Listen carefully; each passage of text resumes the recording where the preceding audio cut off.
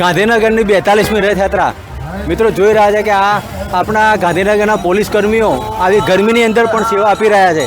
તો આ જુઓ કે આ રથયાત્રા અત્યારે ગાંધીનગરના 29 સેક્ટર બાજુ વળી રહી છે અને આવી ગરમીની અંદર આ રથયાત્રાનો પ્રારંભ જે કર્યો અને દોરડા ખેંચી અને પોતાનું મહત્ત્વ રજૂ કરે કે રથયાત્રાનો બાબત શું છે. રથયાત્રા એ તમે જુઓ કે ભગવાન બલરાજ અને ભગવાન સાંભળ્યા ભાઈને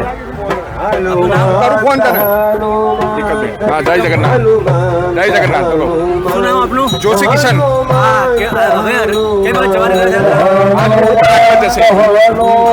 વિક્રમ ભરવાડ. અને આ રથયાત્રા તમે ખેંચવામાં શું મજા આવે છે?